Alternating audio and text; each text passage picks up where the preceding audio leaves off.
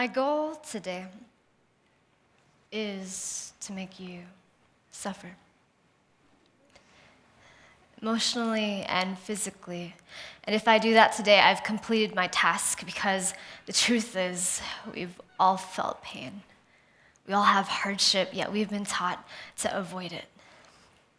And some of us deliberately put ourselves into situations that have the potential to cause us grief. And I, for one, did not want to stand here today, because that would mean revisiting the emotions that come with remembering.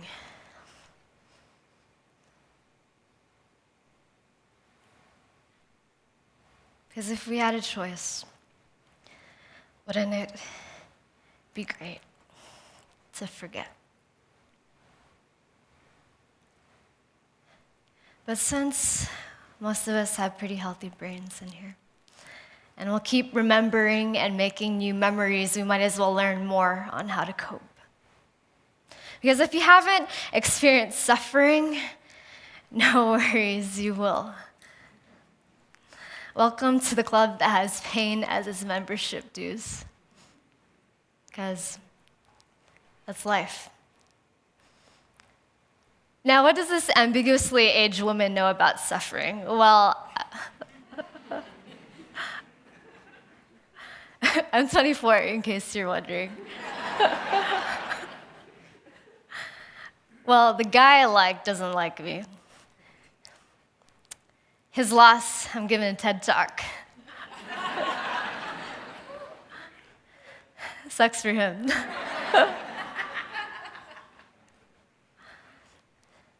And, well, this happened.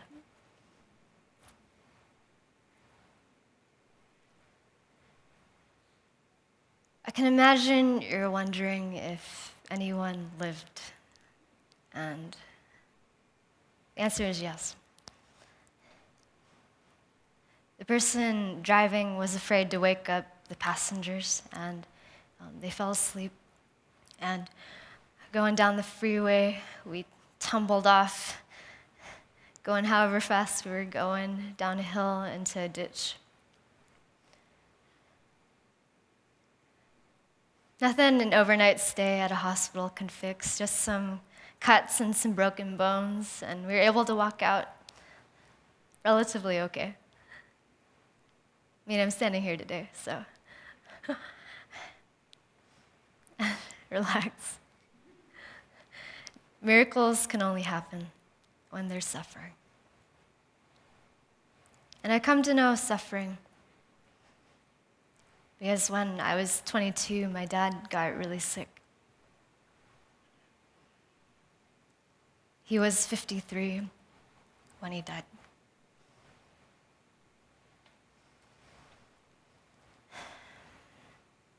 My dad had this amazing way of having peace beyond all understanding, and he would encourage everyone that he encountered with his wisdom and his strength. When me and my family were taking care of him, it was a privilege because he dedicated his life taking care of others because he was a nurse. He just directed us on what to do, and he even put in his own IVs and catheters, which, man, brave man. As a family, being in each other's presence was home. And as he transitioned from this life into the next, we were in a room filled with our loved ones. Now I want you to take a breath with me.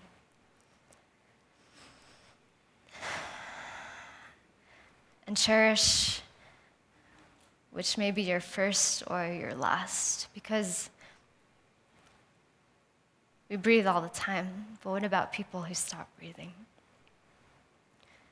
And as my dad took his first breath into the next life, my hand was resting right there. He was right in front of me, and on his lifeless arm, all of a sudden his arm shot up into the ceiling, and he was being escorted into eternity. And It didn't even make sense how that could happen. He wasn't even moving. And as he was being escorted and flying up, the moment passed. Life continued, and memories flooded. You see, my dad, he's a fortunate man. He's alive in eternity, and he lives on in many places. His wisdom, it lives in me. He taught me that there's purpose, that to never use him or my trials as an excuse, because we all have volition and ability to move with a purpose. And he taught me that there's a purpose in being Filipino-American. I've seen in both the Eastern and the Western cultures, there are stigmas against those who cry or are depressed.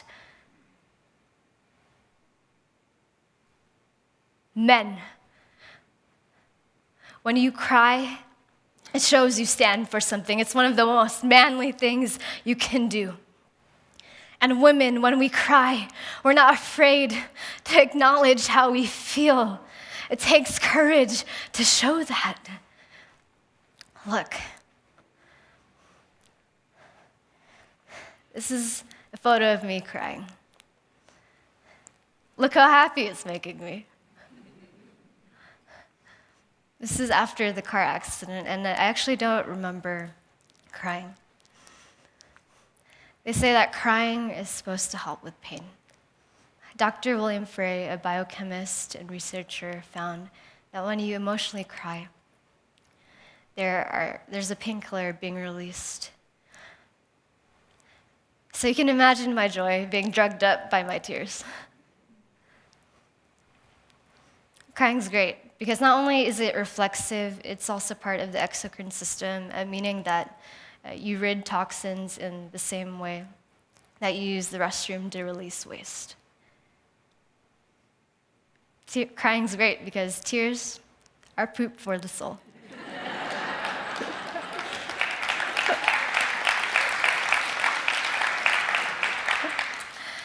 Necessary and relieving.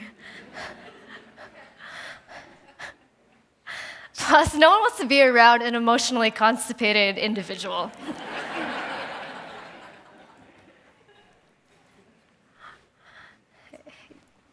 Yet most of us don't know how to respond when people cry. If you said when my dad passed, I'm praying for you, or gave me a hug, and I don't blame them, because most don't know, because that's society's way of teaching us how to cope. Just forget it.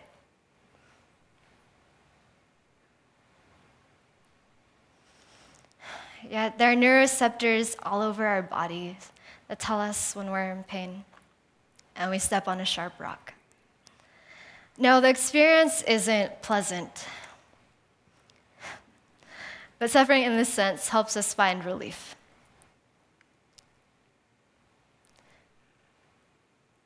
Because maybe in this divine moment, my suffering will help someone.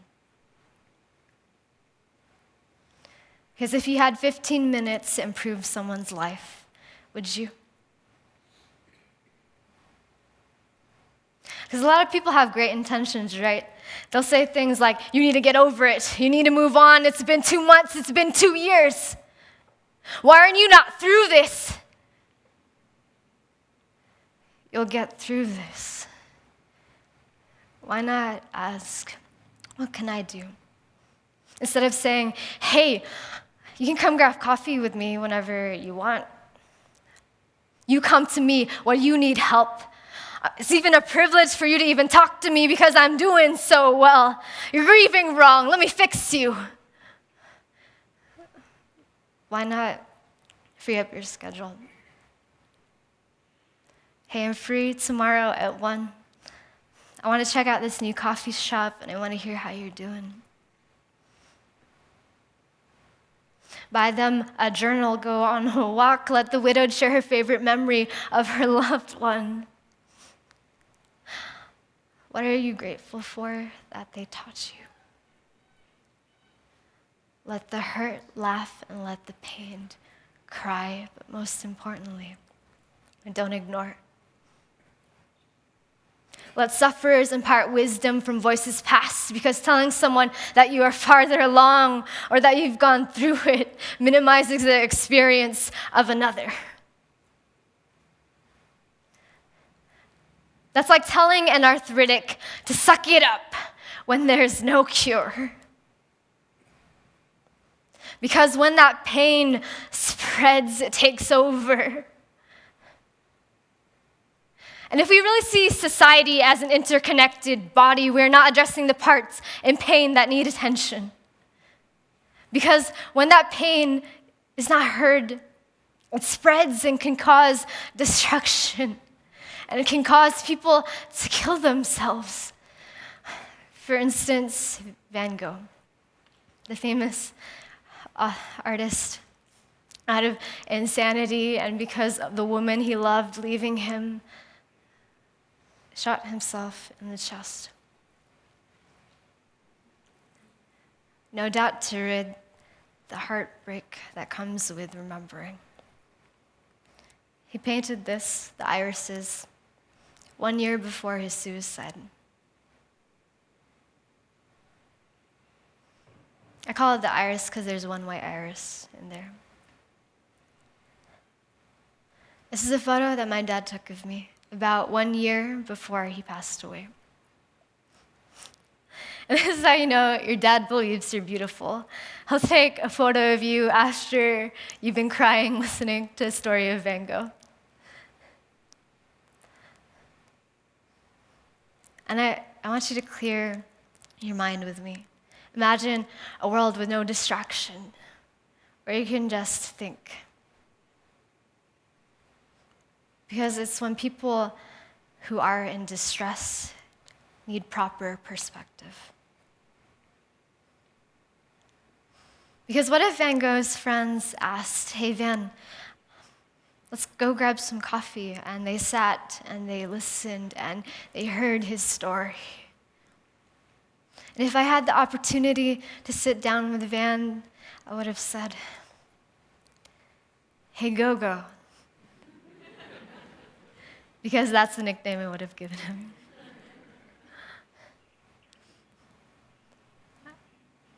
I know it's rough right now. And you're right, no, I don't know what it's like to have the woman you love leave you, and I never will. But I do know what it's like to have the guy you like look right through you, looking at every other woman passing by. I know rejection. And if you choose to end your life right now, what about your family? All I know is I miss my dad, and I know that you'll be missed.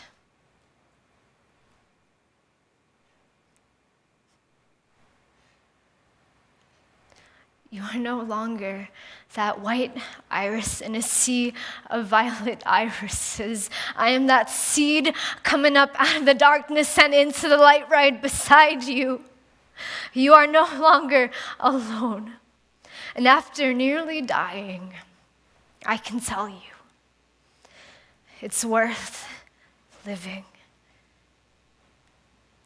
The death of a man inspires, but a life well lived inspires more. Because when people are gone, it's their voices and your presence, their presence that you miss. Their purpose seems finished, but it's their memories and their stories that live in you. Earlier, I asked, wouldn't it be great to forget? My friends, the answer is no. Our life affects futures and generations to come, and our life is like a flower, and as the death of a flower germinates seeds, our life is growing up out of the darkness and into the light. And we are collective individuals with stories that can impact change. We have a choice for that one moment to listen, to cry, remember, let the self-ostracized suffer, know that it's okay to not be okay. I understand in part. What's your story?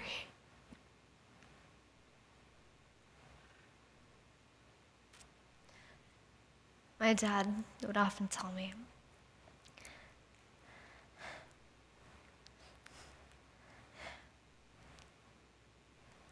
well, I'll save that. Did I make you suffer? Good. Because in the same way my suffering impacted you, yours will impact others. Grief hits in waves like seasons that come and go. And I know I'm not the only one. I have great hope.